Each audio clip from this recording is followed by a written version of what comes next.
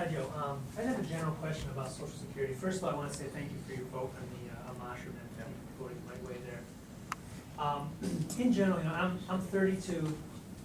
I look at my paycheck every week, every other week, and I see that money come out for Social Security. And who knows when, by the time I'm that age, what the actual cutoff age is going to be to start collecting.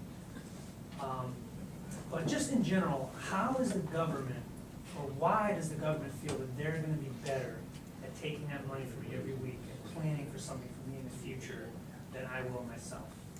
Well, again, it's the question of the day in terms of, you know, Social Security's design and structure. And but what I would say to you is that you know, if you know, just if we could reinvent the world and had, you know, sort of a retirement account system that's individually owned, as opposed to having a social insurance model, which is what we have today with Social Security, and the stock market crash, which occurred in 2008, which, you remember, the Dow Jones dropped to 6,000 in a matter of months or so. The fact is that the individual model I think, would have impoverished people.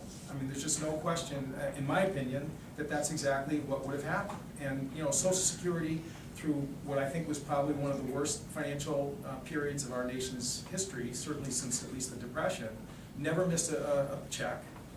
Its solvency is still 2033. It doesn't go to zero in 2034. There's a dip, and we need to address it and fix it. But what I would just say is that, as I said earlier, it's not just a retirement plan. It's also for, if you're lucky enough to, you know, have a family or get married and have kids or whatever, and something happens to you, that, you know, there's a safety net so that your children are not going to get sort of left out. And you know, look, I respect that perspective that you have, but in my opinion, the 78-year history of Social Security justifies and I think validates the model that has been in place for this long. Now, all external factors aside, yeah. How does the government know how to spend whatever that percentage, 10% with all the other stuff? How do they know how to spend that chunk of my paycheck better than I do? Well, again, the formula for Social Security in terms of, you know, who's eligible for it, not everybody gets Social Security. You have to pay into it. You have to work. You have a number of, you have to hit a certain number of work quarters Absolutely. to qualify for it. My work. I know, but I mean, you asked how can the government, you know, sort of justify this? Again, it's not just taking the money and throwing it up in the air. I mean, you know, there's rules for people that you have to abide by. And Dorothy in the back of the room can tell you that we've had calls from people who didn't work and are indignant that they're not getting the same check that their neighbor down the street is getting. Okay, so, you know, it's not, again, just a random out of control system. You know, you pay in and you get back, again, according to a very set formula that's there. It's not, again, it's not money that's just sort of, it's very strictly controlled with trustee oversight. The investment decisions of the government in terms of where surplus revenue coming into the system can go. They can't just sort of run down to the casino or the stock market and invest it. I mean, it's, you know, the most conservative treasury bonds that they use. Well, that's what they do use. They buy treasury bonds, you know, with it.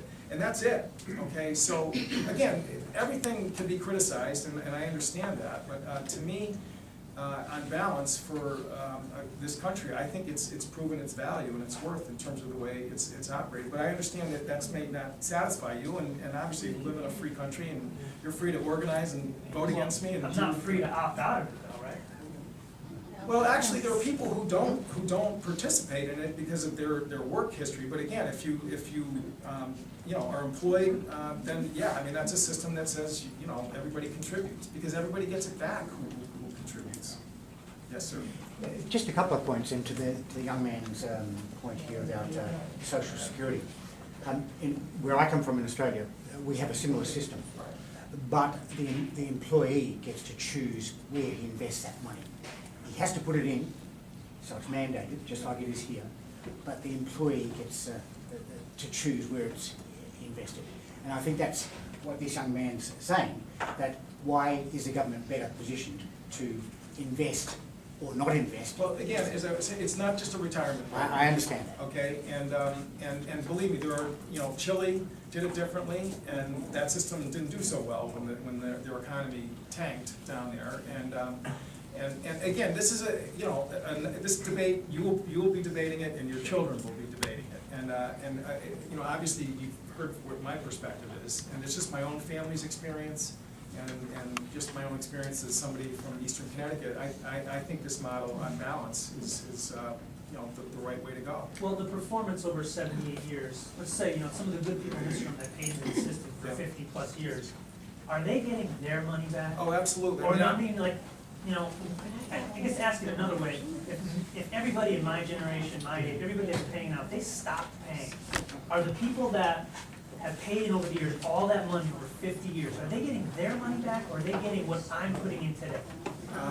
It's both, okay, is really the answer, because again. What happened to all that investment Well, there no, for 50 well, I years? can answer that. So when Ronald Reagan and Tip O'Neill in the early '80s sat down and cut the deal, because Social Security was in much more critical shape than it is today.